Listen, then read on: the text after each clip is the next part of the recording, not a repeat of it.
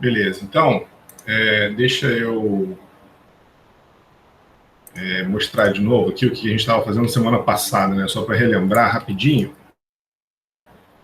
A gente pegou diversos casos, vamos dizer assim, né? Diversas situações ou aplicações ou configurações físicas de escoamento que a gente consegue simplificar as equações de Navier-Stokes e dar um tratamento analítico, né? Um tratamento fechado. A gente consegue integrar as equações,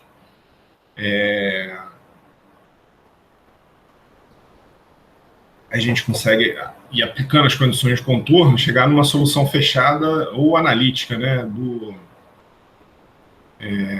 Para descrever a condição ou as propriedades, né, do escoamento, perfil de velocidade, tensão de cisalhamento na parede, vazão, velocidade média. Então, a gente conseguiu fazer isso para diversas situações, né? A gente viu, inclusive, o caso do escoamento de Coete, que é onde a placa de baixo está parada e a de cima se movendo, e a gente tem um escoamento fluido entre as duas placas, que foi uma outra maneira de analisar a tensão de cisalhamento, alternativa àquela que a gente tinha feito lá no começo, lá atrás, né, em conceitos fundamentais, que eu mostrei para vocês como é que se relaciona a tensão de cisalhamento com a taxa de deformação, né? Mas a gente chegou nessa mesma expressão usando a equação de Navier-Stokes. Então, aí a gente parou nesse exemplo aqui, que é o escoamento de Poiseuille, que é o escoamento dentro de um tubo, em regime laminar. Então, está aqui, né, em regime laminar. Essa é uma hipótese muito importante, porque essa hipótese aqui vai permitir que a gente use as equações de Navier-Stokes do jeito que a gente mostrei para vocês. Na verdade, todas as situações que a gente viu, ela tem que ter por hipótese que o escoamento é laminar, né? Porque senão a gente não consegue usar as equações de Navier-Stokes, né? Como foi mostrado. Então, essas aqui de trás, por exemplo, né?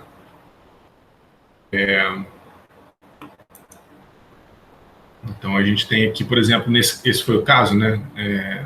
De uma placa estacionária, placa de baixo estacionária, placa de cima se movendo, e aqui as diversas condições físicas, né? A gente tem esse perfil, que é a combinação de um gradiente de pressão com a placa de cima se movendo, esse perfil linear, se for só a placa de cima se movendo sem um gradiente de pressão, e esse perfil parabólico aqui pontilhado, que era só o gradiente de pressão com a placa estacionária. Então, mas sempre em regime laminar. Tá? Então, essa é uma hipótese muito importante que a gente só está analisando, né? Escoamentos em regime laminar ou aquele que escoa em lâminas, né? Tem um escoamento regular, bem comportado, previsível, em contraposição ao escoamento turbulento. Bom, então essa foi uma hipótese muito importante, né? Que rege todas as situações que a gente analisou, né? Completamente desenvolvidas, a gente já definiu também. Induto de dissecção circular. Então, a gente chegou aqui na semana passada, né, analisou as hipóteses, fez a simplificação usou as hipóteses simplificadoras, né, na equação de Navier-Stokes, aqui em coordenadas cilíndricas.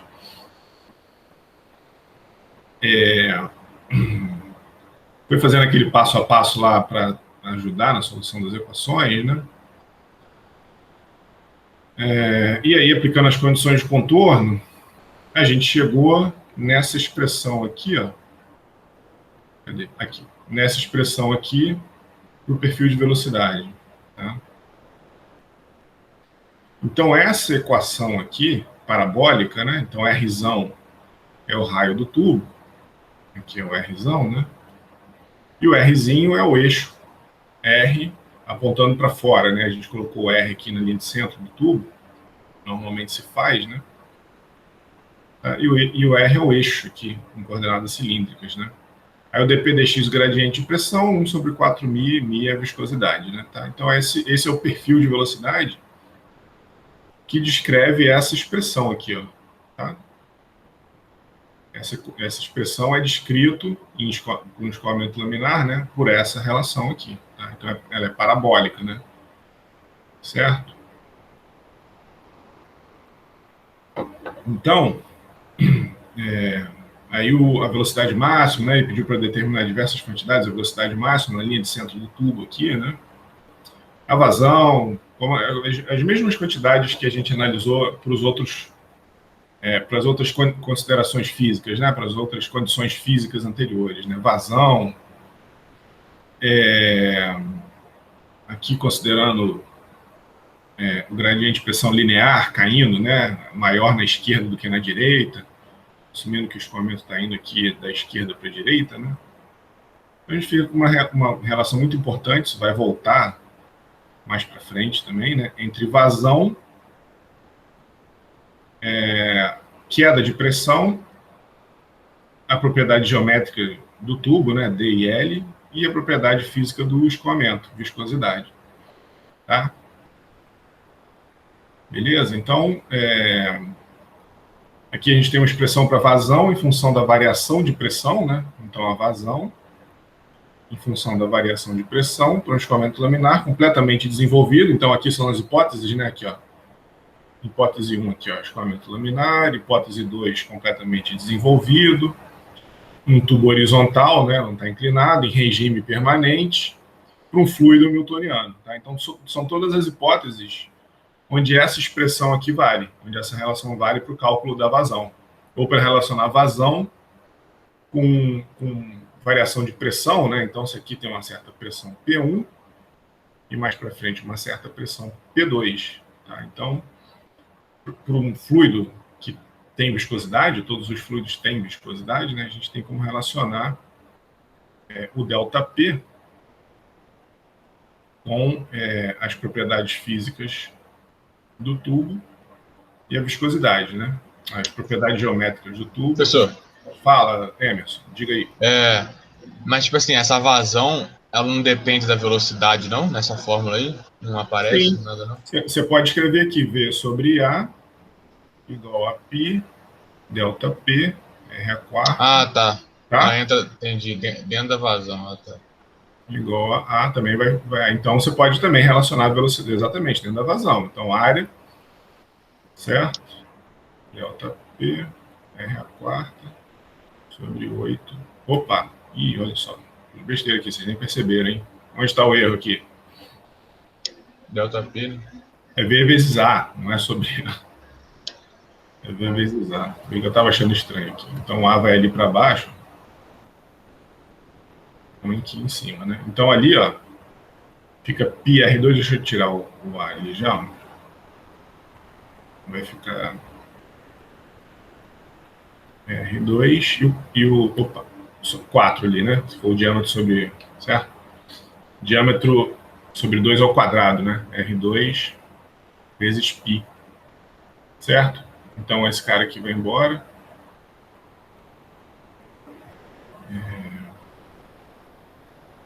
Não, πr2. Tiro 4 ali, né? Porque eu não estou escrevendo, fiz outra besteira, acho que eu ainda estou dormindo, né? Aqui não é 4, é πr2 simplesmente. Tá? Então, aqui fica a velocidade vezes a área, mas na verdade esse π... Eu vou escrever mais para frente em função da velocidade, porque eu não deveria assumir esse π aqui. Eu deveria continuar. Depois a gente vai ver isso. Mas entra aqui, respondendo essa pergunta, entra aqui, velocidade vezes a área. Tá? Beleza? Se quiser escrever em função da velocidade, né? Tá? Bom, mesmo com todas as restrições aqui, é um resultado muito importante. Tá? A gente vai ver isso mais para frente, vai voltar lá na parte de perda de carga, né? Então, a gente está vendo aqui, né, como a função é altamente sensível ao diâmetro.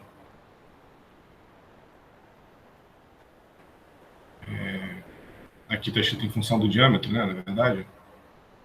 Eu peguei o R sobre 2, né? Aí fica a quarta aqui. Então, é uma função... a vazão depende do diâmetro elevado à quarta, né? Então, se você dobrar o diâmetro, aumenta a vazão por um fator de 16.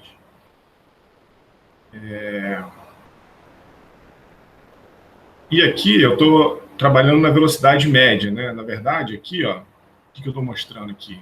Na verdade, velocidade, né?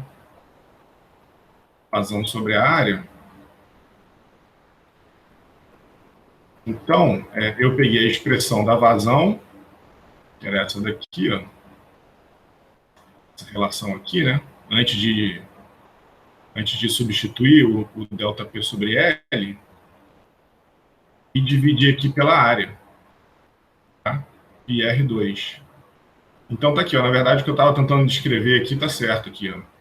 A velocidade média é R ao quadrado sobre 8μ, é o que vai sobrar aqui, né? R ao quadrado sobre 8, opa, esqueci do μ aqui, dp dx, tá? Então tá certinho aqui, né? O L também eu esqueci, né? E a gente tinha chamado, lembra, dp dx menos ΔP sobre L aqui, ó. Então o que eu escrevi aqui tá certo, sim.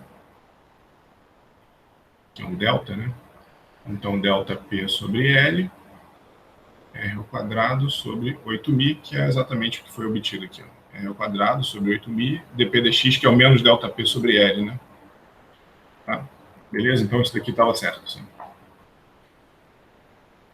E, então, a velocidade média é igual a metade da velocidade máxima. É isso que está mostrando aqui, ó. Né? A velocidade média aqui é a velocidade máxima sobre 2. Tá? Então, para esse caso aqui, isso vale. Isso é verdade. Mas isso não é geral, né? Só para um caso restritivo, com todas essas hipóteses aqui que a gente fez. Né?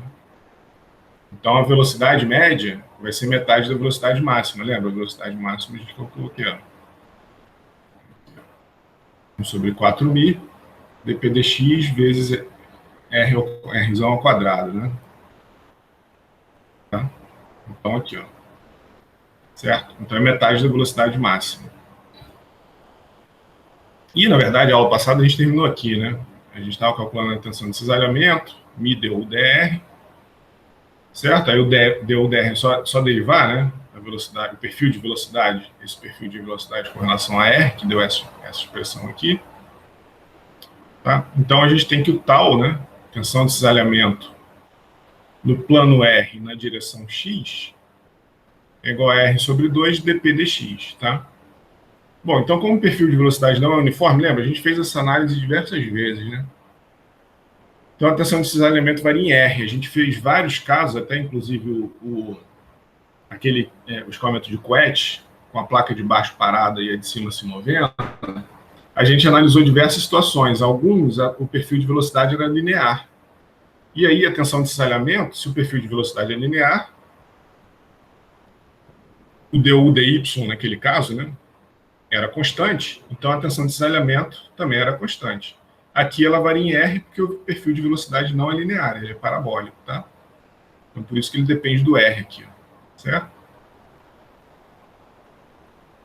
Então, e o perfil de velocidade é a função do gradiente de pressão, então ele vai influenciar na magnitude da tensão de cisalhamento. Observa aqui, ó. Vou voltar aqui no perfil de velocidade, ó. Aqui, ó. Quanto maior for o gradiente de pressão aqui, né? Quanto maior for, o que é esse gradiente de pressão? Aqui a gente tem uma pressão P1, aqui uma pressão P2, uma certa distância L. Então esse dp dx é justamente menos ΔP sobre L. Quanto maior for o ΔP sobre L, mais pronunciado vai ser essa parábola aqui, né? Tá? Por causa da relação que a gente obteve aqui, essa expressão analítica aqui, e também, fisicamente, se aumentar muito a pressão, isso vai induzir uma velocidade maior no centro, mas a condição de não deslizamento aqui nas bordas vai fazer com que o fluido fique coladinho ali, né? É a mesma coisa que você tem uma membrana, né? Pensando assim, claro que a membrana está estática, mas a gente tem uma membrana, você assopra um vento muito forte, ela vai ficando cada vez mais pronunciada, né? Certo? Aqui o fluido está escoando, ele não está estático, né? E a gente só usa essa condição de não... essa analogia, né, para entender mais ou menos por que o perfil de velocidade vai ficando cada vez mais pronunciado à medida que o gradiente de pressão aumenta, tá? Até o caso limite que para, né? Aí fica todo mundo igualzinho ali, tá? Certo? E aí, claro que a tensão de cisalhamento ela vai aumentando, porque o du dx ele vai ficando mais pronunciado aqui, né? Vai ficando cada vez mais... Se o gradiente de pressão for aumentando, ele vai ficando cada vez mais pronunciado ali, ó. Então, por um aumentozinho pequenininho de R, A velocidade aumenta muito mais do que num gradiente de pressão menos agressivo, tá? Certo? Como o escoamento da esquerda para a direita, né? Isso que a gente estava analisando, né? O que quer dizer isso? Uma pressão P1, tem que ser maior que P2, né? Ali da esquerda para a direita. Então, ΔP, que é igual a P2 menos P1 sobre L2 menos L1, vai ser igual a menos, né, o ΔP sobre L, né, esse gradiente de pressão vai ser negativo, porque o P1 é maior, né? Certo? Então fica menos ΔP sobre L, tá? E a tensão de cisalhamento, ela vai ser menor que zero. Esse cara aqui é menor que zero, né? Então vamos verificar a direção dessa tensão por unidade de área e aquela convenção de sinal que a gente tem, né? Fazer a convenção de sinal aqui para ver se isso está coerente. Só que tem uma diferença agora, ó. Em coordenadas cilíndricas, isso aqui é importante. O eixo R, esse daqui, né? Ele é positivo sempre da linha de centro para fora. Então, se ele está apontando para fora, para cima, ou para fora, para baixo, ele vai ser sempre positivo, né? Lembra que se a gente colocar aqui a origem do Y no centro apontando para cima, o que tiver daqui para baixo é negativo, né? O elemento de área aqui embaixo seria negativo. Nesse caso aqui, não. Tá? O elemento, como em coordenadas cilíndricas existe essa característica, então aqui embaixo, a área R aqui é positiva, tá? Beleza? Não é mais negativa. E aí a convenção de sinal, ela vai ter os sinais invertidos com relação ao exemplo da placa que a gente fez em coordenadas cartesianas, né? Na verdade, tem sinal invertido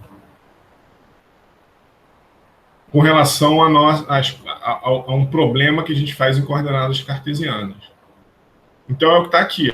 Ó, ali, ó, o R positivo ainda, mesmo que esteja para baixo. Aqui, como a face de baixo agora é positiva, ó, a tensão de cisalhamento positiva está para a direita, no sentido do X aqui positivo, né? Certo? Então, lembra que na nossa convenção de sinal de coordenadas cartesianas, numa face negativa, a tensão de cisalhamento positivo era no sentido de X negativo. Essa era a nossa convenção de sinal coordenadas cartesianas. Agora é o contrário, né? Na verdade não é o contrário, ele continua válido, essa convenção continua válida. A única coisa que mudou é que agora o eixo R ele está sempre positivo para fora, tá? Então é isso que mudou aqui, ó. Está para a direita aqui, ó. E aqui em cima, lá, ó, aqui sim é uma face negativa. Porque o R é positivo para baixo, se eu estou aqui em cima, né? Certo? Estou numa face negativa. E aí aqui vai para a esquerda, no sentido de X negativo, para manter a convenção de sinal que a gente fez anteriormente.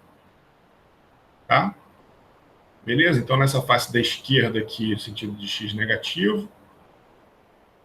Aqui está ao contrário, na verdade, né? Os sinais estão invertidos, então... Ah, não, tá certo também.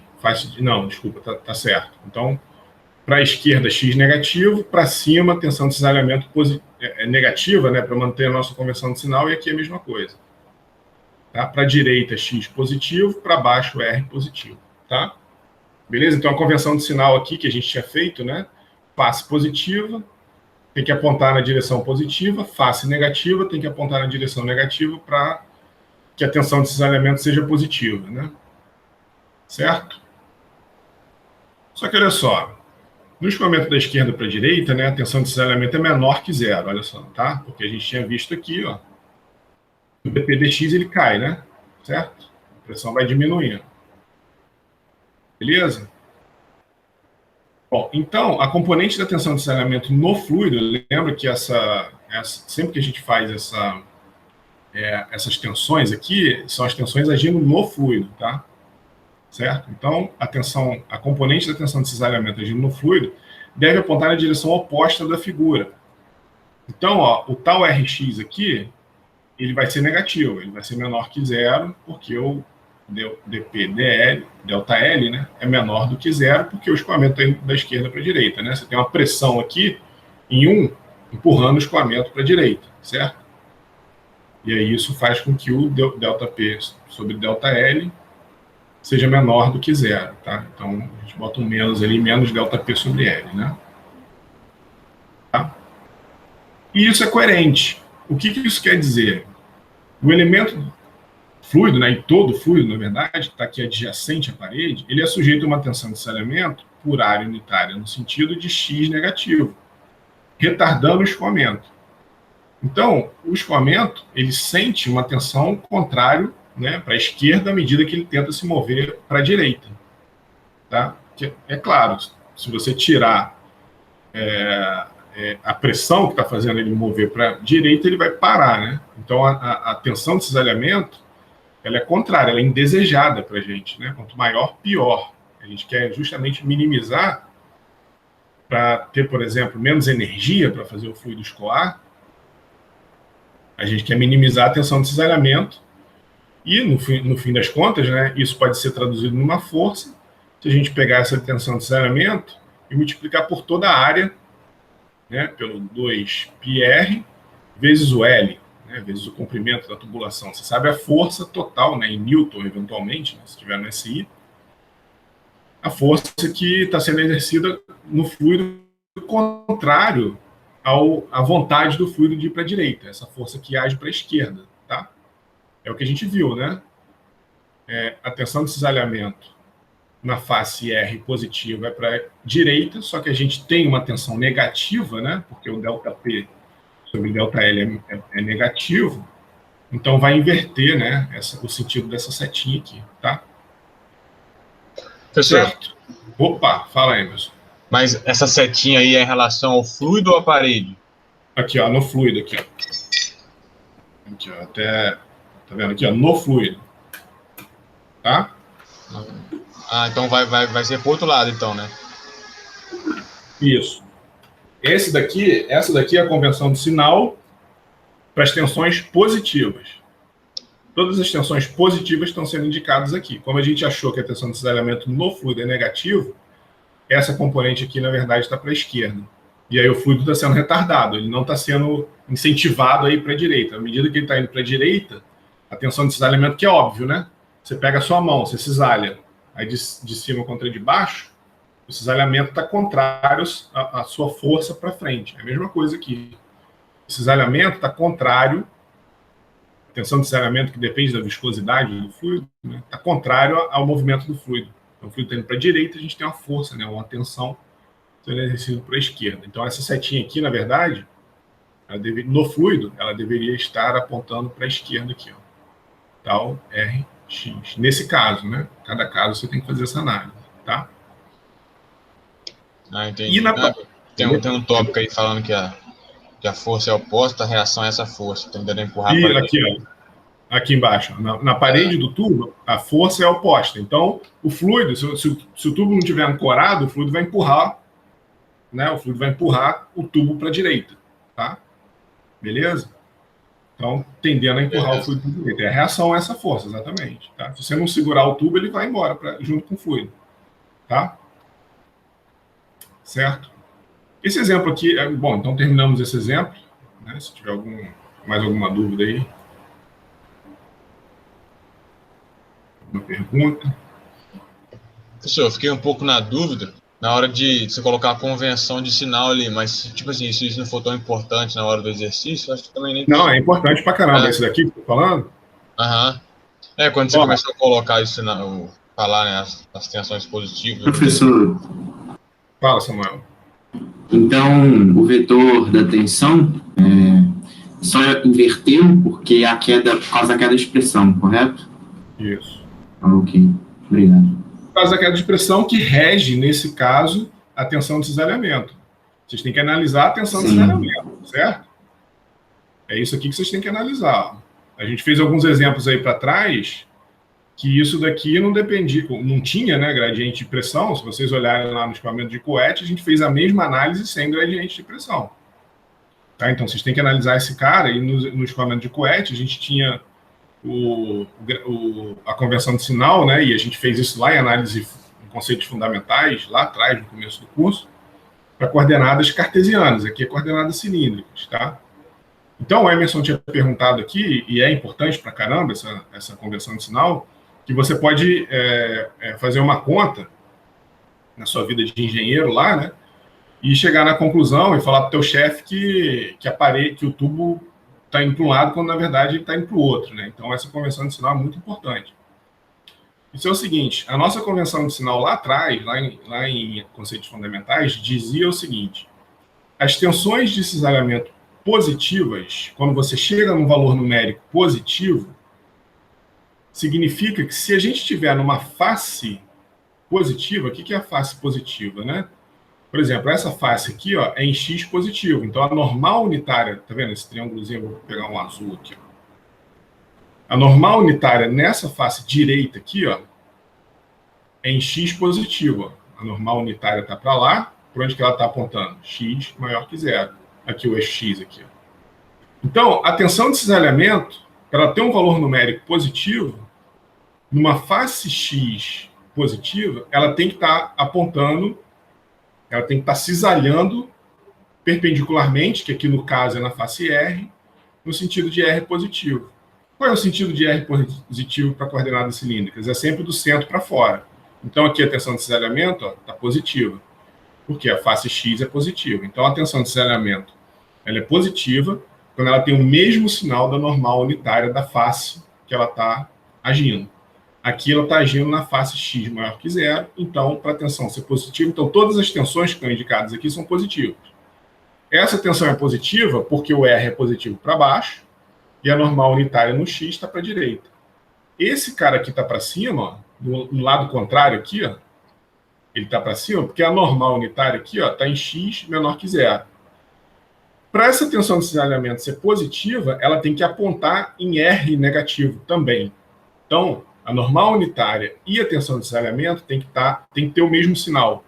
Se ela é positiva, se a normal unitária é positiva, a tensão de cisalhamento tem que ser positiva. Se a normal unitária é negativa, a tensão de cisalhamento tem que ser negativa. Beleza? Então, a mesma coisa em cima e embaixo. Entendi. Certo, Emerson? Então, em cima, o R é negativo aqui, ó. O R é positivo para baixo. Para cima, a normal unitária tá negativo. Então, a gente tem uma tensão de cisalhamento positiva quando a gente aponta a tensão de cisalhamento para a esquerda aqui, tá? E a mesma coisa embaixo. Então, se você chega num valor numérico de tensão de cisalhamento positivo na face que você está trabalhando, significa que a sua convenção de sinal está correta. Ou seja, se você estiver na face negativa, ela vai ter que apontar na direção negativa do eixo que você está trabalhando. Certo? Entendeu? Então, esse exemplo aqui invertia, porque esse ΔP, ΔX aqui, dP, dx é negativo. Então, vai ter que inverter esse cara aqui de baixo. Entendeu? Beleza? Então, a gente fez alguns casos que era positivo, fez casos que era negativo. Eu fiz exemplos quando eu tinha embaixo e em cima, né, a área, a normal unitária da área para baixo, né, no sentido negativo, positivo. Aqui, no caso, a normal unitária em R vai ser sempre positivo, porque o R é positivo apontando para fora, tá? Beleza? Então, essa convenção de sinal é hiper importante, não só no curso de graduação, mas na vida real de vocês de engenheiro, porque é ela que vai dizer se a tensão de cisalhamento no fluido está na direção correta que você calculou, ou da convenção de sinal, e aí você pode saber fisicamente o que está acontecendo, tá? Se o fluido está sendo... Se a tendência é que ele seja retardado, se a tendência é que ele seja... Lembra o caso do escoamento de Couette aqui, ó.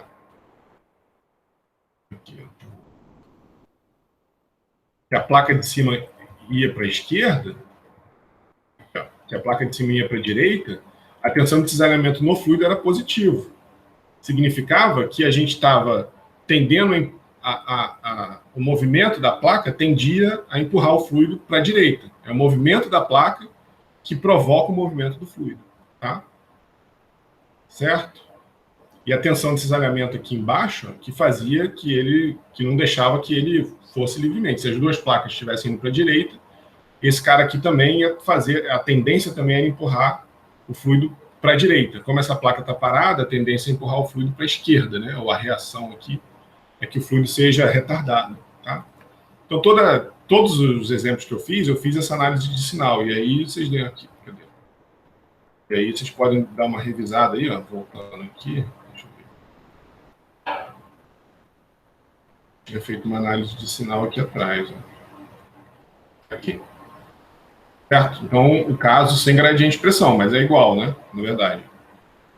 Velocidade para a direita em cima, aqui uma normal unitária, eu fiz exatamente essa mesma análise de sinal também. Aí depois dei uma olhada aí para dar uma relembrada, né? A gente fez isso semana passada. Então, a gente está fazendo a mesma coisa agora em coordenadas cilíndricas, tá?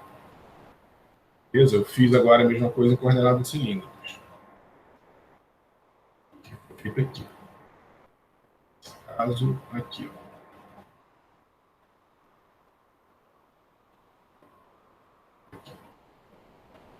Tá? Então, todos os exemplos, né? Tem um monte de exemplo aí que foi feito com isso aqui. Certo? Com essa, justamente fazendo essa análise. Bom, e aí para fechar essa parte de... Tá certo? Ficou claro aí? Opa, entendi. Beleza. Valeu, Everton. Beleza. Então, para fechar, né, a parte de análise diferencial, tem esse exemplo aqui, que é o que se chama de viscosímetro em linha. Então, isso daqui é uma coisa muito interessante, que é um tubinho capilar muito pequenininho, né, pode ter 1 metro, pode ter até menos. Mas qual é a ideia aqui, né? Física, né? Eu vou explicar esse exemplo muito mais falando da física do que do cálculo, que o cálculo é muito simples, está até aí embaixo já a resposta, né? Imagina que você tem uma planta de produção de óleo, alguma coisa assim, né? Não sei, ou alimento, que é que você precise manter a viscosidade bem controlada, tá? Pode ser óleo de motor, né? Óleo lubrificante, pode ser alimento, algum alimento, alguma coisa assim, que você precise que o sistema de controle de qualidade seja viscosidade. Imagina que você tem que parar a produção para ficar tirando amostras do seu fluido que está sendo produzido de tempos em tempos, para fazer o controle de qualidade, né? E aí, uma alternativa a isso, que é interessante, é o que se chama de viscosímetro em linha. Então, o que é isso, né? A gente faz uma derivação, digamos que esse tubo aqui esteja produzindo o fluido que a sua fábrica produz lá.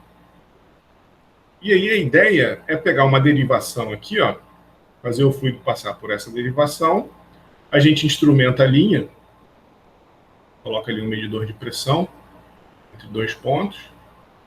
Então aqui a gente tem, por exemplo, P1, aqui a gente tem P2, a gente sabe essa distância, a gente mede lá, né? Essa distância é L. E aí, em vez de a gente ficar parando a linha, e aí é claro que aqui o escoamento tem que estar em regime laminar, né? Então aquilo que a gente falou, né? Regime laminar, completamente desenvolvido. Lembra, todas essas hipóteses aqui, ó, horizontal, regime permanente, aqui eu desenhei na vertical, mas você pode imaginar um tubo na horizontal também, né? Eu poderia ter desenhado tudo na horizontal aqui.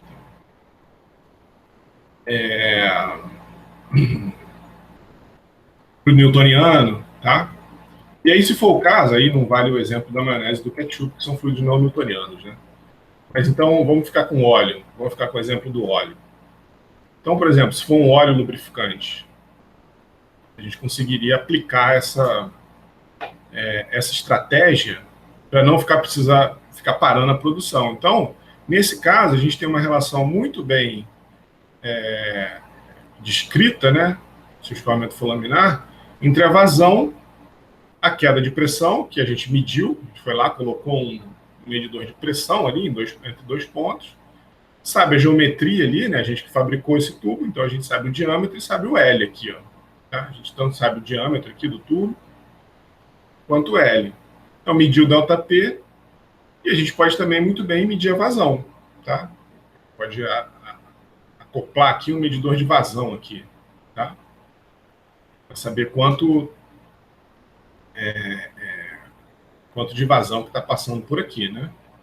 Certo? Não é muito difícil acoplar aqui um medidorzinho de vazão. Tá? Que vai medir lá, sei lá, 1,4, alguma coisa ali, né? Digital, seja lá o que for. Certo? Então, medindo, e ele até deu aqui, ó, 880 milímetros cúbicos por segundo, por exemplo, né? Então, aqui foi dado. Mas também pode ser medido. Tá? Então, a viscosidade, ela vai sair naturalmente, ó, em função de todas as quantidades que a gente consegue medir aqui, ó, ΔP, comprimento, vazão, diâmetro, tá? E aí a gente consegue determinar a viscosidade do fluido sem precisar parar a produção, só puxando uma derivação ali. Tá? Então tá aqui as hipóteses, ó, escoamento laminar, regime permanente, escoamento completamente desenvolvido com um tubo horizontal. Tá? Beleza? Então é uma aplicação, vamos dizer assim, né? Aqui tinha uma série de aplicações ali atrás, né? Para cada caso desse que a gente estudou, eu mostrei uma. Tá? Então essa é uma das aplicações práticas desse tipo de análise. Tá? E aqui, ó, a gente consegue determinar a velocidade do escoamento, né? Certo? Então vazão volumétrica é a velocidade vezes a área, então só dividir a vazão pela área ali, né? Pelo PR2 ali, tá? Então, 4,48 metros por segundo. E o Reynolds deu 1.290. E o critério de transição é 2.300 para um tubo circular. Então, é regime laminar e a gente pode, de fato, aplicar essas relações aqui, quer dizer, essa aqui, né, em particular, para determinar a viscosidade do tubo, tá? A viscosidade do fluido. Certo? Beleza? Bem tranquilo, né? É um dispositivo que é uma ideia, né? Dispositivo para aplicação industrial, para evitar, você consegue monitorar constantemente a viscosidade do fluido. Em tempo real, você vai monitorando ali, se teve alguma variação, você já consegue ser mais reativo do que ficar parando, medir em lote, né? Aqui dá para ser medido continuamente, por exemplo, certo? Bom, assim como eu fiz para todos os outros casos, né, a solução exata das equações de Navier-Stokes para o escoamento de Poiseuille, né, o sentido físico, a gente já viu um aqui, né? Isso daqui é uma aplicação, é um sentido físico dessa solução. Então, o escoamento em regime laminar, sob o efeito do atrito, né, ou da viscosidade, em um tubo reto. Então, transporte de fluido de um ponto ao outro, desde que o escoamento não passe para o regime turbulento, desde que essa combinação, né, Rho, VD sobre Mi, que descreve o Reynolds, que justamente descreve a transição do escoamento laminar para o turbulento, permaneça abaixo de 2.300. Tá? Então, massa específica, velocidade, diâmetro sobre viscosidade, se a gente calcular esse conjunto de parâmetros aqui, desde que ele fique abaixo de 2.300, a gente consegue usar essas relações todas aqui atrás, né? A gente obteve a pretensão de cisalhamento, se a gente quiser saber a pretensão de cisalhamento no tubo, a velocidade média, a relação entre velocidade média e velocidade máxima, vazão, né? Tá? Certo? Então, para todas as hipóteses aqui, a gente consegue quantificar analiticamente aquelas relações. E é uma base, a gente vai até, inclusive, começar daqui a poucos minutos, para nossos estudos futuros, em um futuro muito próximo, né? Um futuro aí da ordem de 5 minutos, se Deus quiser, e a gente vai começar a analisar perda de carga, até menos. Tá? Então, essa solução aqui vai voltar. Essa, em particular, essa aqui que eu pintei de vermelho, ó, vai ser muito importante para a gente na próxima matéria, que vai começar agora, daqui a alguns instantes. Tá? Essa relação entre vazão volumétrica, queda de pressão, viscosidade e as propriedades geométricas do tubo aqui. Tá? Isso daqui vai voltar em alguns instantes aí, a gente vai analisar isso novamente. Tá? Na verdade, a gente não vai começar a perda de carga agora, desculpa, a gente vai começar a equação de Bernoulli, depois a perda de carga. Eu acho que é amanhã que a gente começa a perda de carga. Então isso aqui, na verdade, volta amanhã, não hoje, não daqui a pouco, eu me confundi aqui. Tá? Então essa relação aqui vai voltar na parte de perda de carga. falei, eu até escrevi isso aqui. Tá? Em algum lugar eu falei isso. E aqui também, né? Nosso estudo futuro de perda de carga. Então, na Professor, verdade, não são. Opa, fala, Emerson. na hora de você usar esse Reynolds aí, essa velocidade você coloca qual mesmo? É a média? É, Ah, tá. exato. É a Beleza. velocidade que a gente calcula aqui, ó, uma velocidade média. Exatamente. Beleza. Seria uma velocidade média aqui, ó. Que é calculada assim, ó. Tá? Beleza? Aqui. Que eu fiz aqui assim, ó. ΔP sobre L, R ao quadrado sobre 8.000. Mas é a velocidade média. Tá? A gente define assim também. Exatamente. Beleza? Então terminou a parte de análise diferencial. Alguém quer fazer mais alguma pergunta aí? Alguma coisa que não tenha ficado tão clara ainda? Quer voltar?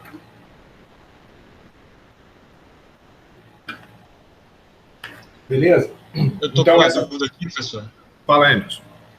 No começo da matéria, você falou que, tipo assim, se a gente fizer tanto a análise integral quanto a diferencial, quanto a bond, tem que dar a mesma coisa, né?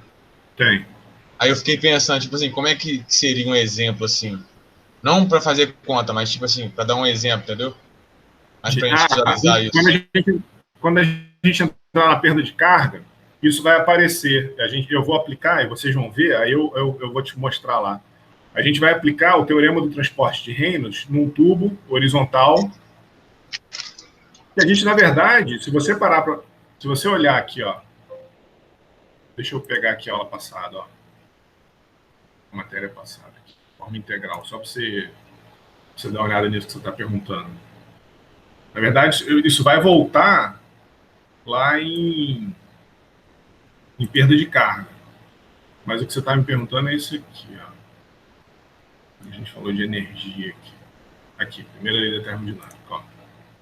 Quando a gente falou de energia, a gente aplicou o teorema do transporte de Reynolds num caso igualzinho a esse último aí. Olha só, deixa eu te mostrar aqui, ó. Eita, essa máquina aqui tá meio devagarzinha. Essa matéria cai na P2, Henrique? Cai.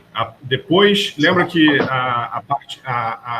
você lembra que a parte do teorema do transporte de Reynolds para V1, ela foi até a parte de quantidade de movimento angular.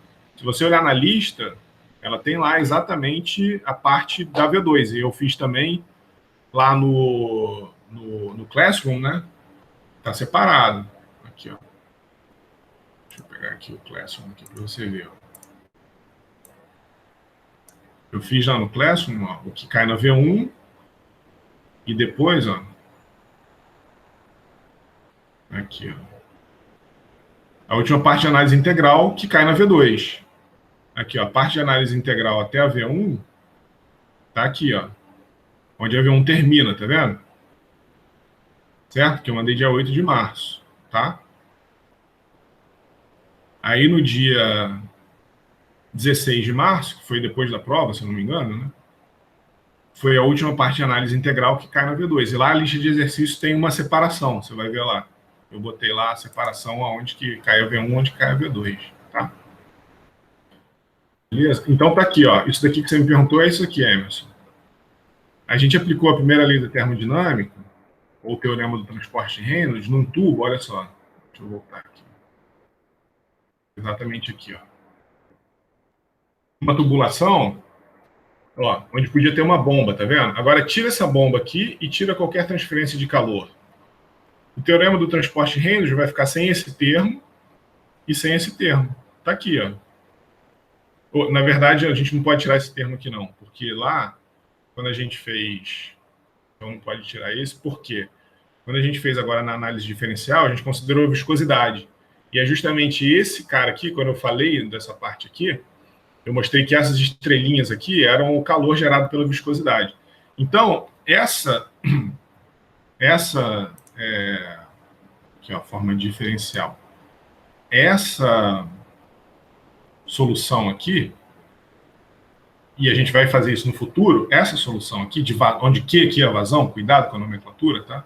Esse Q aqui é de vazão, a relação de vazão com a queda de pressão, viscosidade, diâmetro e L é dado por essa relação do escoamento laminar, pela análise diferencial. Na análise integral, a gente chegaria com essa relação aqui, ó, que elas têm que dar igual. A gente vai comparar as duas na parte de perda de carga, entendeu? A gente vai, inclusive, toda a parte de perda de carga, ela é feita comparando essas duas estratégias, tá? Beleza? Aqui, e aí eu vou falar isso mais para frente, né? Aqui a gente não se importou muito com os detalhes do escoamento, certo? A gente não está preocupado muito se é escoamento laminar, turbulento, a gente tem uma análise global. E isso facilita a gente resolver problemas turbulentos, por exemplo. Na análise diferencial, por outro lado, a gente teve uma solução analítica para todos os pontos do escoamento, mas a gente se ferra se ele começar a ficar muito complexo. Se ele ficar turbulento, a gente não consegue andar muito. Então, a gente vai usar o melhor dos dois na parte de perda de carga. A gente vai ir com esse tratamento analítico até onde a gente consegue ir, e a partir de um determinado momento, quando a gente não consegue mais fazer o tratamento analítico, a gente passa para o tratamento global da parte de perda de carga, de análise integral, tá? Entendeu, cara? Entendi. Beleza. E aí isso vai ficar bem claro lá. Eu enfatizo isso muito na parte de perda de carga. Que justamente como a gente tem as mesmas soluções, a gente pode, como a solução tem que estar igual, a gente compara as duas. A gente iguala esse ΔP aqui, ó. Tá vendo? Esse ΔP aqui, ele é igualado, ou pode ser igualado, por exemplo, né, com esse ΔP aqui, ó. Aqui, ó. Tem um P1 e um P2 aqui, tá vendo? Tá? Certo? Então, ele pode ser comparado também. Aqui, né? Certo? Então, eles são equivalentes. Essas pressões são equivalentes. Certo? Essa perda de carga aqui, ó, a gente não consegue calcular ela analiticamente, quer dizer, a gente vai calcular uma aproximação, só consegue analiticamente para o escoamento turbulento, mas ela depende da viscosidade, tá? É uma função da viscosidade. Aqui na análise diferencial, a gente já consegue diretamente colocar a viscosidade ali dentro, tá? Certo, cara? Mas isso vai ficar bem claro lá na parte de perda de carga. Como é que se diz assim, né? Essa equivalência das duas soluções, tá? Beleza. Show? Então, terminamos aí a parte de perda de carga. Eu vou colocar... Esse daqui eu vou fechar. Fechei aqui. A gente vai entrar na equação de Bernoulli agora, depois a gente entra em perda de carga. Só tem que ter um pouquinho de paciência com esse computador. Aqui, a equação de Bernoulli, que ele não é muito rápido. Pronto. Bom, o que a gente vai estudar agora, né?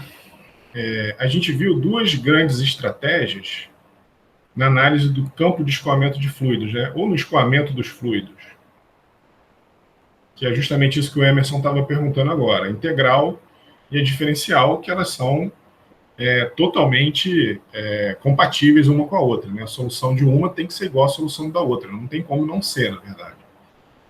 E como eu havia comentado anteriormente, a decisão ela é mais sua, né? É mais em função do que o que você precisa na sua análise. Você quer uma análise detalhada, você entra na análise diferencial. Você só quer, por exemplo, qual é a força que por exemplo, que tem um carro, né? Isso daqui é uma simulação de CFD, do escoamento em torno de um carro. Se você quiser saber qual é a influência, por exemplo, desse elementozinho aqui no escoamento, não tem jeito. Você tem que usar análise diferencial, ou do formato do aerofólio, da inclinação, não sei, do formato do limpador de para-brisa. No escoamento, você tem que cair dentro de análise diferencial, não tem jeito, para você projetar um mais aerodinâmico, né? Agora, se você só quer saber o efeito global disso na força de arrasto que está sendo que age aqui na roda, aí você pode fazer uma análise diferencial e medir aqui a força, eventualmente, para comparar os dois, né? Tá? Então, a aplicação prática dessas formulações ela pode ser muito complexa, né? Principalmente a diferencial, porque o campo do escoamento pode ser muito complicado, como que a gente está vendo aqui, né? Então, você escolhe qual que você precisa para a sua análise, mas se você cair na análise diferencial, por exemplo, você pode ter um certo trabalho para resolver essas equações e não é tão simples, né? Fazer validação, saber que o que você está calculando realmente faz sentido físico, isso é uma coisa bem complicada, tá? Bom, o exemplo que a gente viu nesse caso, né, da análise diferencial, que foi as equações de Navier-Stokes, a gente que já é simplificada, lembra, né? Aqui a gente tinha que ter viscosidade constante, escoamento incompressível. Então, o próprio sistema, o conjunto de equações de Navier-Stokes, que está reproduzido aqui abaixo, para a gente chegar nessa formulação, a gente já teve que fazer um monte de análise simplificadora, de hipótese simplificadora. Lembra que a gente, inclusive, teve que fazer mais simplificação para chegar nas soluções analíticas de Coete e de Poiseuille, né? Quer dizer, então não é simples levar em conta a viscosidade, gradiente de pressão, aceleração da gravidade, aceleração convectiva, né, que é composto da aceleração local, aceleração total ou material, que é composto da aceleração local, mais a parcela de aceleração convectiva, né? Então, levar em conta mesmo para essas simplificações que a gente fez aqui, levar em conta o restante, né, vamos dizer assim, da física do problema, ainda não é muito simples, tá? Certo? A coisa ainda é a gente ainda não consegue chegar numa solução analítica, mesmo para as equações de Navier-Stokes, que já são simplificadas, né? Então, o que a gente vai fazer agora é usar uma hipótese adicional para analisar o escoamento invícido. Agora, essa palavra aqui vai voltar muito aí, a gente vai falar muito disso, escoamento invícido, um escoamento sem viscosidade, que, na verdade, não existe, né? Porque todo fluido ele tem viscosidade, não tem como, não existe. É que nem você falar que um movimento sem atrito, né? Todo contato tem atrito, não existe movimento sem atrito. A gente usa essa hipótese do movimento sem atrito para a gente conseguir, na verdade, se aproxima alguns casos reais, né? Eu vou mostrar, na verdade, e aqui, no caso de mecânica dos fluidos, não só casos reais podem ser estudados, como são, né? Por exemplo, a velocidade do avião, ela é obtida por uma análise dessa que a gente vai começar a fazer hoje, os tubos de Pitot, né? O princípio de funcionamento do tubo de Pitot, que eu vou mostrar mais para frente, né? Que é o dispositivo que mede a velocidade do avião, é baseado nessa simplificação aqui, tá? Então, os fluidos invícidos não existem. Na realidade, todo fluido que escoa, ele está sujeito à viscosidade do próprio fluido, mas a gente pode ter situações práticas que a gente consegue desprezar o efeito da viscosidade para simplificar a solução que a gente quer obter. Tá? Então, a gente vai ver em breve situações práticas que essa hipótese é válida, ela é usada e os aviões voam com segurança graças a essa hipótese que eu vou mostrar agora. Tá? Então, essa aproximação, né, que é a aproximação do fluido do escoamento invícido, ela partindo das equações de Navier-Stokes, né, NS aqui, Navier-Stokes, né, ela leva as equações de Euler. O que são as equações de Euler? São as equações de Navier-Stokes sem o termo de viscosidade aqui, ó, em nenhuma das componentes x, y e z, né? Tá? Então, isso aqui que eu desenhei aqui, ó, sem as componentes de viscosidade, é chamado de equação de Euler. Tá? Aqui a gente tem a continuidade, né? Já com todas as hipóteses simplificadoras, massa específica constante, regime permanente, então divergente do vetor velocidade é igual a zero. Tá? E aqui, para o escoamento incompressível e invícido, que não existe na realidade, né, mas pode ser aproximado, a gente tem essa hipótese aqui adicional da viscosidade ser desprezada. Então está aqui, ó, repetir, né? Então, tá aqui as equações de Navier-Stokes. Aí eu repeti as equações sem os termos de viscosidade aqui, tá? Certo? Então, nos termos de força de superfície de pressão e força de corpo da aceleração da gravidade. As forças das tensões de cisalhamento e tensões, aqui as tensões normais, no caso, né? Isso daqui veio, esse termo deu dx veio das tensões normais, mas os termos que são perpendiculares, né? Os termos que a velocidade é perpendicular à direção, são os de cisalhamento. Os que estão na mesma direção vieram das tensões normais aqui, né? Mas, enfim, os termos relacionados com a viscosidade, eles são desprezados, tá? Que é o que a gente tem aqui, certo? Ficamos com a aceleração total. Então, aqui está o termo de aceleração. Lembra que é o termo de massa, né? Então, a gente tem MA, somatório das forças, que nesse caso são as forças de corpo, que a gente normalmente coloca um Bzinho de body em inglês, né? E força de superfície, que nesse caso aqui é só pressão. Tá?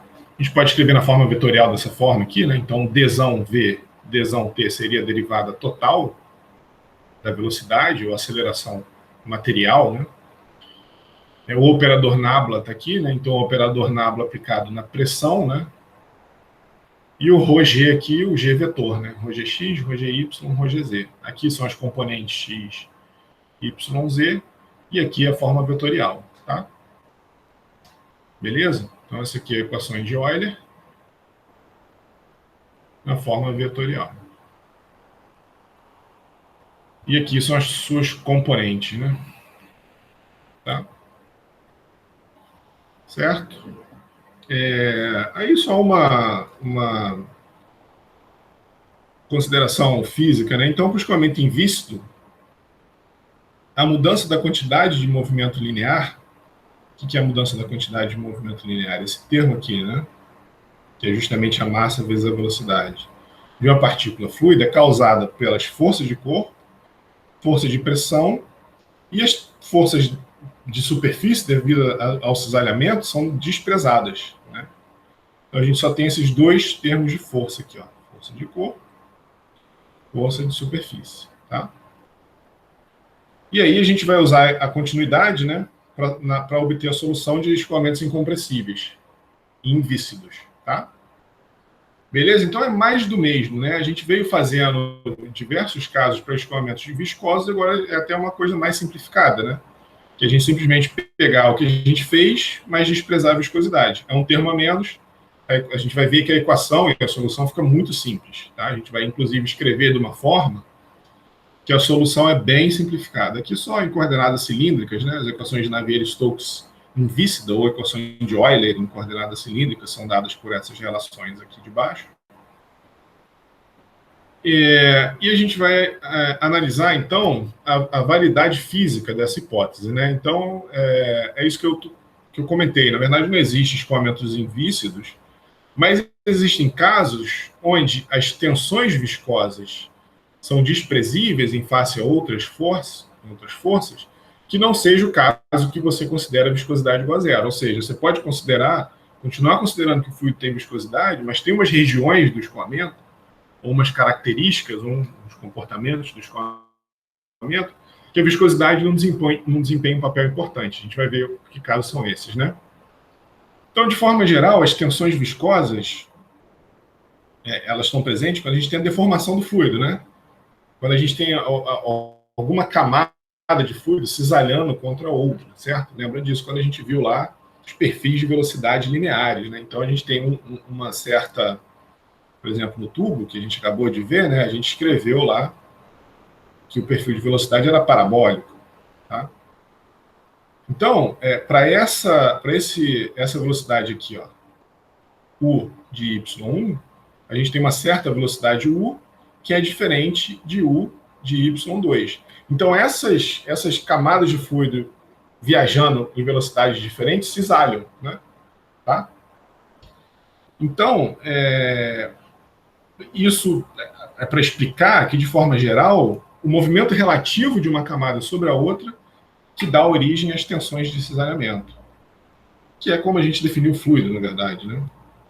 Agora, quando a gente tem movimento de corpo rígido, não vai existir deformação do fluido. O que é movimento de corpo rígido? É o fluido se movendo como um bloco, assim, sabe? Ele vai se movendo sem velocidade relativa de uma camada com relação à outra.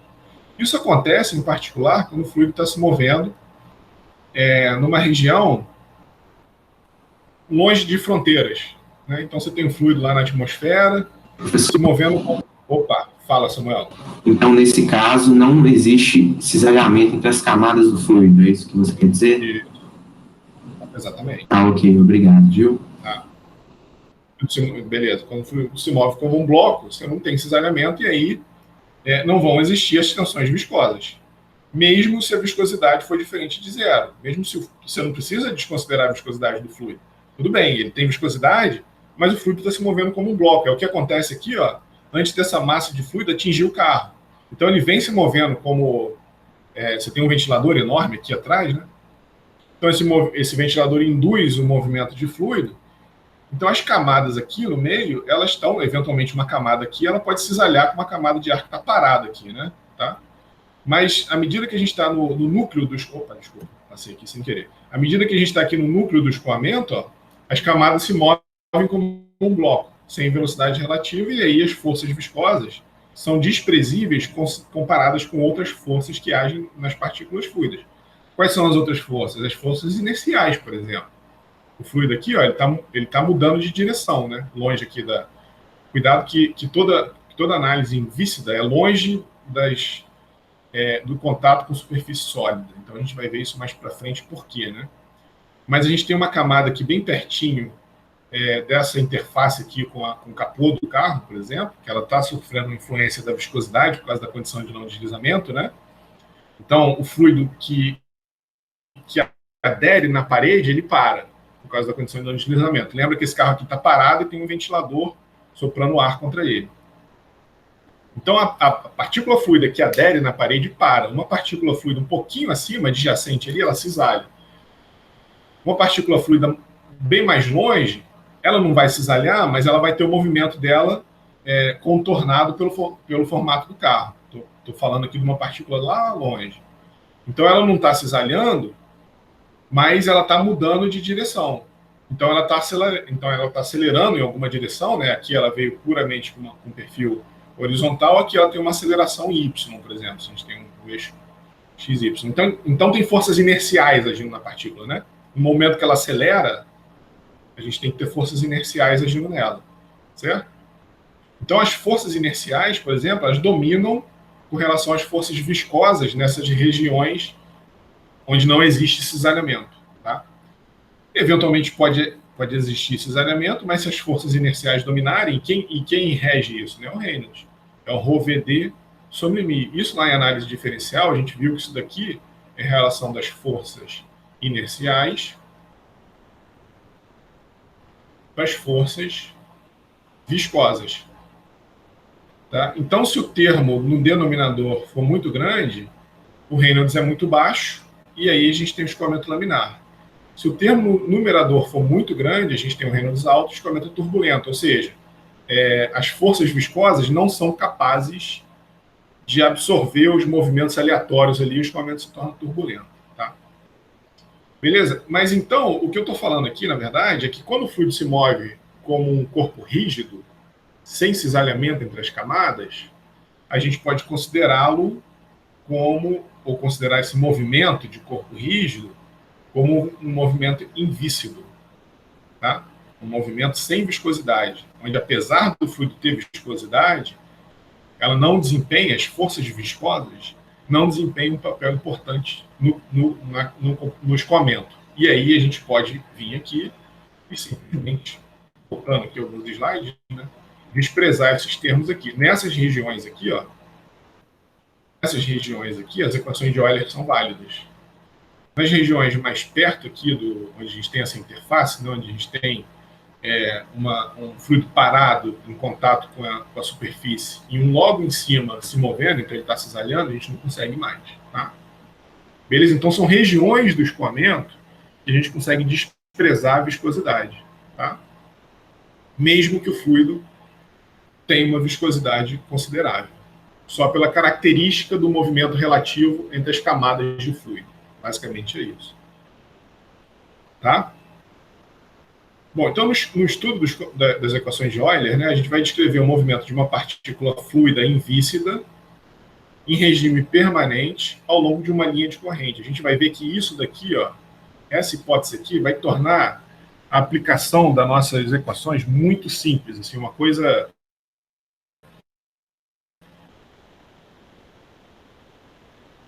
faz essa estratégia, a gente vai ver por quê. Então, eu vou fazer toda essa análise aqui com vocês, toda a demonstração, e isso daqui vai tornar esse sistema de equação aqui diferencial, a gente aplicar isso daqui ao longo de uma linha de corrente, né, aqui em coordenada cartesiana, a gente vai ver que isso daqui se torna um sistema de equação algébrico muito simples, que o máximo que a gente tem que fazer é somar e dividir. Tá? Então, realmente, essa parte de Bernoulli é bem simples, bem tranquila.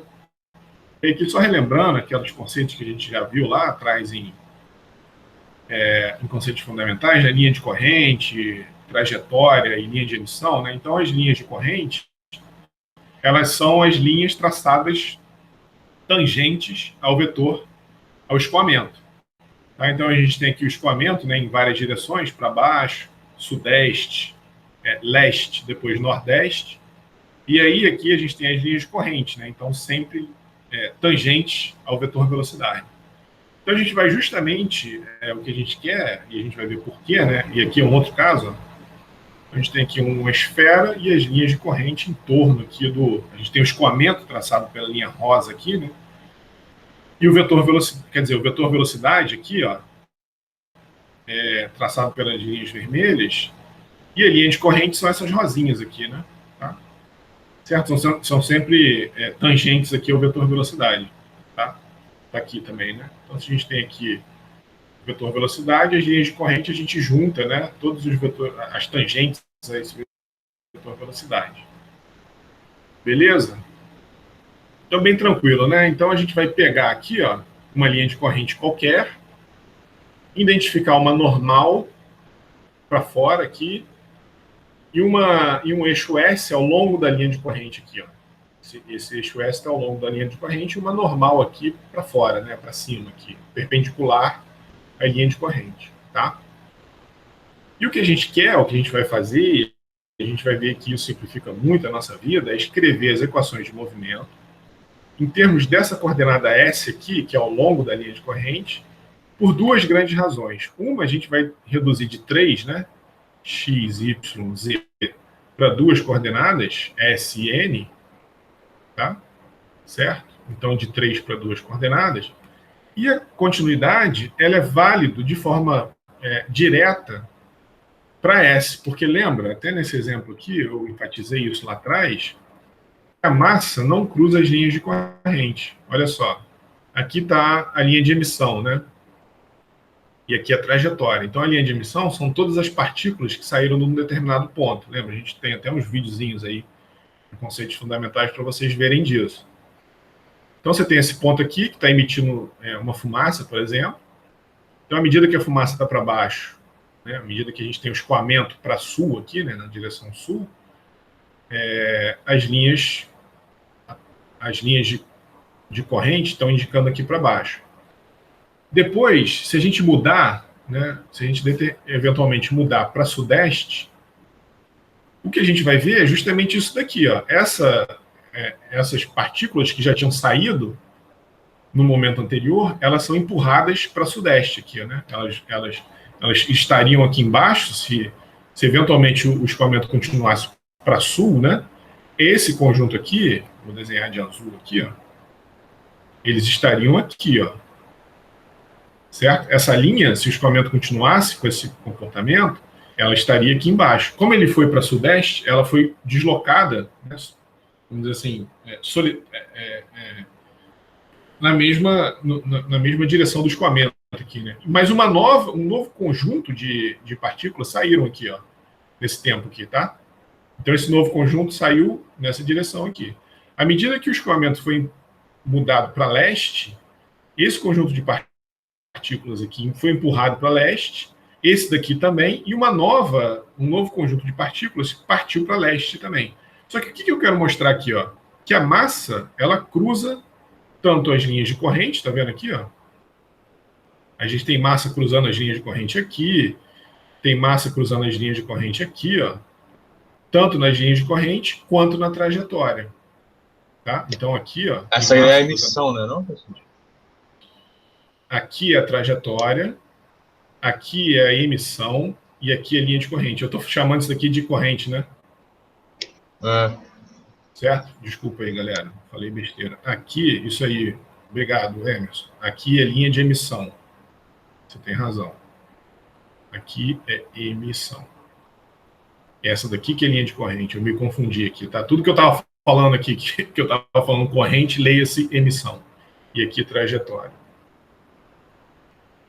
Então, as linhas de emissão, corrigindo agora, né, elas têm esse comportamento. À medida, e isso daqui é o que a gente vê. Lembra até aquele exemplo que eu dei lá em conceitos fundamentais? As linhas de emissão, quando você pega uma mangueira e joga de um lado para o outro, com ela ligada, né, óbvio, o que você vê são as linhas de emissão. São todas as partículas que saíram da ponta da mangueira enquanto você está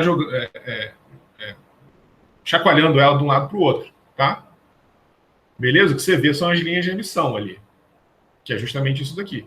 Então, massa, dentro do conceito de campo de escoamento, né, as linhas de emissão podem ter massa cruzando-as. Né? Cruzando as linhas de emissão, a massa, quer dizer, a massa pode cruzar a linha de emissão, a massa pode cruzar a trajetória, mas nunca pode cruzar linha de corrente, porque as linhas de corrente são sempre tangentes ao vetor velocidade em cada ponto, né, ou ao escoamento. Tá? Então, eu voltei aqui só para justificar essa frase aqui. Ó. A continuidade ela é automaticamente válida quando a gente faz essa estratégia aqui. Então, além de ficar com o sistema de equação extremamente simples, a continuidade já vai estar válida. Tá? Então, a coisa vai ficar muito simplificada. Beleza? Isso não quer dizer que a gente tem que se despreocupar com a continuidade. Ela vai ser importante para a gente determinar casos, por exemplo, quando a gente tem um tubo assim, né? Quando tem uma expansão. Então, se a gente sabe a vazão, aqui a gente tem uma certa área 1, aqui a gente tem uma certa área 2, se a gente sabe a vazão, né? A gente sabe que V1 a 1 igual a V2 a 2. Então, a continuidade continua válida para a gente, por exemplo, determinar a relação de vazão quando a gente tem uma mudança de área. Mas, aqui, na verdade, de qualquer forma, as equações de Euler já vão estar a continuidade já é automaticamente respeitada quando a gente faz essa estratégia aqui com as equações de Euler, tá? Certo? Bom, então o que a gente vai fazer é exatamente a mesma coisa que a gente já fez quando a gente fez o estudo de hidrostática, de Navier-Stokes, de continuidade. Então, é aplicar as equações, a expansão em série de Taylor, né? A mesma coisa que a gente já fez anteriormente diversas vezes. Né, aqui a gente tinha um elemento de fluido, fez uma expansão em série de Taylor para as diversas faces desse elemento fluido. Quando a gente fez a continuidade, a mesma coisa. Quando a gente fez a distribuição de tensões, né, de forças no elemento fluido para fazer justamente a demonstração das equações de Navier-Stokes, né, então a gente fez uma expansão em série de Taylor no elemento fluido. Então a gente já fez isso diversas vezes. Né? E a expansão em série de Taylor está descrita aqui embaixo, né? Já falei isso várias vezes. Então, quer dizer, é basicamente uma maneira de você saber quanto que vale uma certa função numa determinada localidade, quando você já sabe quanto que ela vale numa outra localidade e você sabe a derivada dela, quanto que ela está variando. Né? Então, se a gente tem aqui, por exemplo, a pressão no centro desse elemento fluido, a gente quer estender essa análise para todas as faces, né? Tá? Então, para essa área, para a área de cima, então a gente usa a expansão em série de Taylor. Aqui é a pressão no centro e a derivada da pressão no centro também. Então, a gente tem que saber a função e a sua derivada e, óbvio, a distância que a gente quer analisar. Né? Meio dz aqui, porque o centro, esse tubo aqui, esse elemento fluido tem dimensão dz, dx, dy. Tá? Certo? Então, é a mesma coisa. Né? A gente vai fazer exatamente a mesma coisa que a gente já fez anteriormente. Ó. Então, a gente assume que a pressão no centro do elemento do fluido é P. A gente aplica a segunda lei de Newton, que é justamente a equação de Euler aqui. Né? Aqui, ó. Eu fiz justamente essa aqui, ó. A segunda lei de Newton, né? Massa vezes aceleração, somatório das forças que agem na partícula fluida, desprezando. Aqui teria uma força de superfície por causa da viscosidade. Aqui a força de superfície por causa da pressão, né, e a força de corpo por causa da aceleração da gravidade. Então, a gente desprezou a força de superfície devido à viscosidade. Tá? A gente vai aplicar a segunda lei de Newton, num elemento fluido ao longo da linha de corrente e fazendo isso usando a expansão em série de Taylor. Tá? Então, a gente vai fazer na direção S de volume ds, dn, dx. Então, ele tem ds aqui, ó, certo? Ao longo da... O que é o S, né? É a direção ao longo da linha de corrente. O N é perpendicular, tá? O N está perpendicular aqui à linha de corrente. E o X está para dentro do quadro, a gente não está vendo, né? Tá? O X está lá para dentro do quadro. A gente fez um corte ali em algum X. Poderia chamar de Z. Não, se bem que o Z está aqui na vertical. Então, o X está para dentro do quadro, tá? Certo? Então, aqui, ó, elemento ds, né? De largura, né? dn de altura e dx de profundidade para dentro do quadro. Então, a mesma coisa aqui, ó, expansão em série de Taylor, ó. P mais dpdn. O que é o dpdn?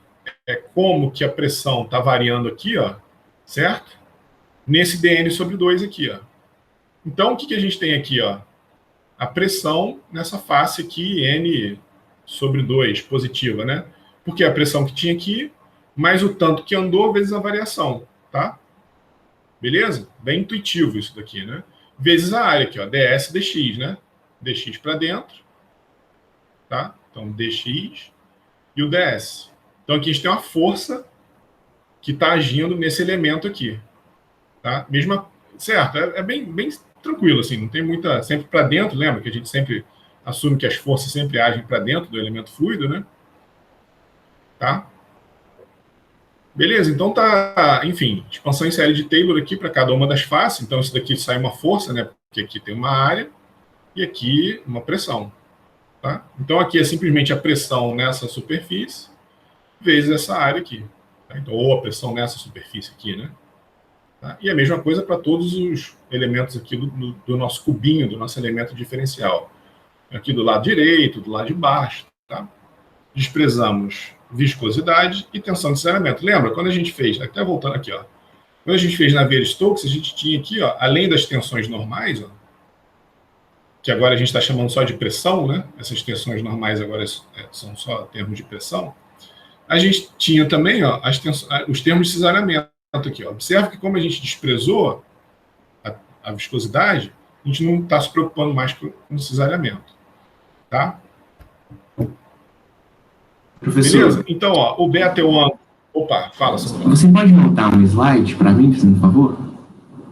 Esse aqui? Nesse caso aí, o eixo X está saindo do quadro, não é? Volta. Aqui é o Z, né? Ele só mudou o sistema de coordenadas. No nosso caso, está saindo do quadro, exatamente ali, ó. Saindo, né? Tudo bem. O positivo está saindo. Isso, beleza. Ok, obrigado. O positivo está saindo. Tudo bem. É porque aqui o tubo. Aí seria negativo. Exato. Seria um X negativo, exatamente. Porque se você fizer o XY, né? O Z dá para cima. Isso. Tá? Isso aí. Bom, então o beta é o ângulo entre o N aqui, ó, e a vertical, aquele aqui, ó, tá? Entre a normal e a vertical, que é também o ângulo entre a horizontal aqui, né? E esse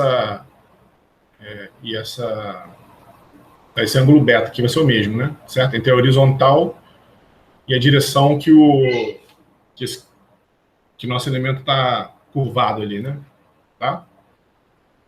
Certo? Então, é a aceleração da partícula fluida ao longo da linha de corrente, aceleração total, né? Ou material. E vamos... Tá, bom. E aí, usando a expansão em série de Taylor, isso que a gente já falou anteriormente ali, né? Assumindo que a gente sabe a pressão no centro do elemento fluido, e a gente vai usar uma expansão em série de Taylor para fazer essa análise. Então, tá aqui, ó. Quer dizer, o que vai resultar aqui em X? Ó? A força em X desse lado, que é justamente esse termo aqui, né? P menos dpds, ds sobre 2 dn dx, menos P dpds, ds sobre 2 dn dx. Está aqui, ó. Certo? Do lado esquerdo, do lado direito, somatório das forças.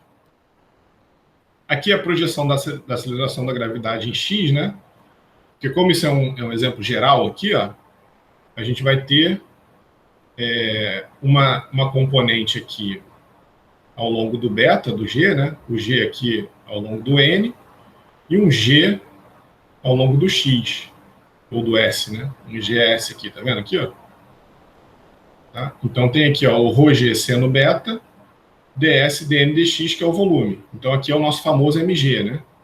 É a componente ao longo do S da força-peso, porque ele está inclinadinho ali, né? Se ele estivesse na vertical, se ele tivesse alinhadozinho, a força-peso não ia ter nenhuma componente em S, tá? Mas como ele está inclinado, só para fazer um caso geral, tá? Rho AS ds dn dx. De novo aqui o volume, né? Tá? Beleza? Então massa vezes aceleração, somatório das forças que agem no corpo, segundo a lei de Newton, aplicado aqui, nesse caso sem viscosidade. Então, o que a gente simplifica aqui? Ó? P vai embora com P aqui, né? Esse P menos P vai embora. Aqui o ds sobre 2 dn dx, também tem um ds sobre 2 dn dx, então esses termos meios aqui, né, somados, né, menos esse termo, todo esse cara aqui vai embora, tá? ds dn dx, ds dn dx, tá? Beleza? Então, o que sobrou? dpds, né? Porque dpds sobre 2... dpds sobre 2 somado, sobrou o dpds ali, né? Menos ρg seno de beta, que sobrou ali, ó, igual a ρ vezes a aceleração, tá? Beleza? De novo, segundo a lei de Newton, para uma partícula fluida se movendo num campo sem viscosidade. Simplesmente isso, né? Somatório de forças igual a massa vezes a aceleração, tá? Bom, aí repetindo aqui, né? Mas se a gente olhar aqui a geometria aqui, né? O seno de beta é dz/ds. Olha aqui, ó. O seno desse ângulo beta aqui, ó, é dz, cateto oposto, sobre cateto adjacente, ds ali. Tá? Então, substituindo aqui o seno de beta, dz/ds, a gente fica com 1 sobre ρ, dp/ds, menos g dz/ds, que saiu aqui do seno de beta, igual a aceleração total, tá? Que é o dv, dzão, né? dv dt. Que tem a componente local e a componente convectiva. Tá aqui, ó. Aceleração. A gente pode botar um dzão aqui, né? Tá? Só para enfatizar que isso daqui é aceleração total, esse termo aqui, ó. Beleza? Mas ao longo da linha de corrente, isso daqui foi para x, y, z, né? Só que ao longo da linha de corrente, em vez de dv dx, dv dy, dv dz, a gente tem um v dv ds. A gente não está mais em coordenadas cartesianas, a gente está ao longo da linha de corrente. Então, é o Vzão dvds. Tá? Simplificou bastante essa solução. E regime permanente, esse cara vai embora aqui. Ó. Tá? Beleza? Então, tá aqui. Ó, ρ dv dt, ainda não está em regime permanente, depois ainda vai cortar, né? Mais v dvds, igual a ρg dzds dpds. Agora, olha só. Isso daqui, ó, ela seria o equivalente a gente pegar as equações de Navier-Stokes e desprezar os efeitos viscosos. Então, ficou bem mais simples, né? Tá? Isso daqui seria x, y, z. E aqui a gente tem a equação já em S, né? Que representa justamente o balanço de força de um fluido invisto na direção da linha de corrente, com o eixo z na vertical, né? Tá aqui, ó, o eixo z na vertical, positivo para cima. O equivalente em x, y, z seria justamente as equações de Navier-Stokes sem viscosidade. Então, a gente simplificou muito as soluções. Tá? Então, de novo aqui, né? Como a massa não pode cruzar as linhas de corrente, a conservação da massa é automaticamente satisfeita para a projeção na linha de corrente. Mas ainda é importante sua análise, né? Aquilo que eu falei de um tubo que tem uma certa expansão, né? A continuidade é satisfeita aqui, mas se a gente quiser saber a relação de velocidade, a gente tem que usar a continuidade, tá? Beleza? Bom, aí, integrando as equações de Euler ao longo da linha de corrente, em regime permanente, né? Então, já cancelei esse cara aqui, ó. Então, estou integrando todo mundo, integral em ds, né? Ao longo da linha de corrente. Então, esse ds aqui simplifica, ó. Integral de 0 ds é uma constante, né? O integral indefinido. Então, se uma partícula fluida se move uma distância ds ao longo da linha de corrente, a gente tem isso, né? dpds. Quanto que a pressão varia para cada ds vezes o ds. Então, a gente tem aqui o próprio dp, né? própria variação de pressão, certo? A variação vezes a variação com a posição vezes a diferença, né? Vezes o delta S ali, você tem o próprio delta P, o próprio dP ali. Tá? Uma variação de dP por uma distância ds ao longo de S é o próprio dP. Da mesma forma, a mesma coisa, né? Se eu tenho dz/ds vezes o ds, eu vou ter automaticamente o dz, variação de elevação ao longo de S. E o dv/ds vezes ds é o próprio dv, a variação de velocidade ao longo de S. Tá? Certo? Então, essas integrais simplificadas ficam dessa forma aqui, ó, integral de 1 sobre ρ dp, mais integral de v dv, mais integral de g dz, igual a integral de 0 ds. Se a gente resolver aqui, né? Certo? Ó, integral de v dv, v ao quadrado sobre 2, está aqui. Integral de z dz, você tira o g ali para fora, né? Fica um h, né? Ou um z, ou uma diferença de altura. E o ρ aqui, a gente mantém ele ali dentro, que a gente não sabe ainda qual a característica, qual o comportamento da massa específica com a variação de pressão. Então, deixa ele ali dentro ainda. E essa constante aqui saiu de todas as integrais indefinidas, né? Aqui tem uma integral indefinida, aqui tem uma integral indefinida, aqui tem uma integral indefinida, então sai uma constante ali, né? Que é essa constante aqui, ao longo da linha de corrente. Então, essa daqui, ó, é a equação de Bernoulli, que para o caso especial, onde a massa específica for constante, a gente tem essa relação aqui, ó, de pressão, que seria aqui as forças de superfície, né? Lembra? As forças... Opa! Eita, foi mal, galera. As forças de superfície aqui por causa da pressão. Esse termo aqui veio das forças de superfície de corpo, né? Da aceleração local da gravidade. E esse cara aqui é justamente a aceleração. Aqui é a segunda lei de Newton. De novo, escrito de uma forma bem simples, né? Porque a gente simplificou muito a vida escrevendo o sistema de equação. Lembra, a gente partiu daqui, ó. A gente partiu desse sistema de equação aqui. Né? Desse sistema de equação, aplicou ao longo da linha de corrente, né? Que é a relação aqui, ó, da aceleração com as forças de superfície de corpo, ó, tá? Isso escrito aqui em x, y, z. A gente pegou essa estratégia, aplicou ao longo de uma linha de corrente, e aí, né, aplicou aqui ao longo de uma linha de corrente, e obteve, aqui, né, em forma diferencial ainda, mas integrando isso, a gente obteve essa expressão. Aqui está ela, bom, deixa eu apagar ela assim, né? Aqui está ela ainda na forma diferencial, né? Tá? Mas a gente integrou, a gente conseguiu integrar isso ao longo da linha de corrente. Essas integrais são bem simples, né? E a gente chegou nessa relação aqui, que é justamente a equação de Bernoulli, que é justamente a segunda lei de Newton para o escoamento invícido ao longo de uma linha de corrente. Tá? Então, ela mostra a relação entre força de superfície, força de corpo e aceleração para uma partícula fluida se movendo num campo invícido ao longo de uma linha de corrente. A gente vai ver como que... Professor, Opa, fala, José Paulo. eu não entendi muito bem essa constante aí. Essa constante é uma constante arbitrária ou o problema nos fornece? O problema vai fornecer. Isso é o seguinte, ó, se eu estou ao longo de uma linha de corrente, você pode pensar dessa forma aqui, ó. Se eu estou ao longo de uma linha de corrente, P1 sobre ρg mais V1 ao quadrado sobre 2 mais GZ, P1 sobre ρ, desculpa. P1 sobre ρ é igual a constante. Isso significa que para qualquer ponto, aqui vai ser P2, né, nesse outro ponto aqui, ó, P2, GZ2, é igual a essa mesma constante. Numa linha de corrente, no outro ponto 3, P3 mais V3 mais GZ3 igual a constante. P4 mais V4 mais GZ4. Então, essa constante é igual ao longo da linha de corrente para essa soma aqui. Essa constante veio das integrais indefinidas. Ela apareceu por causa das integrais indefinidas. Então, quando você integra, você tem que colocar uma constante. E ela, fisicamente, diz que ao longo de uma linha de corrente, a soma da pressão, velocidade, né, a força de pressão, a força de velocidade e a força de corpo, né, por causa da aceleração da gravidade, tem que ser igual a essa constante, sempre ao longo de uma linha de corrente. Tá?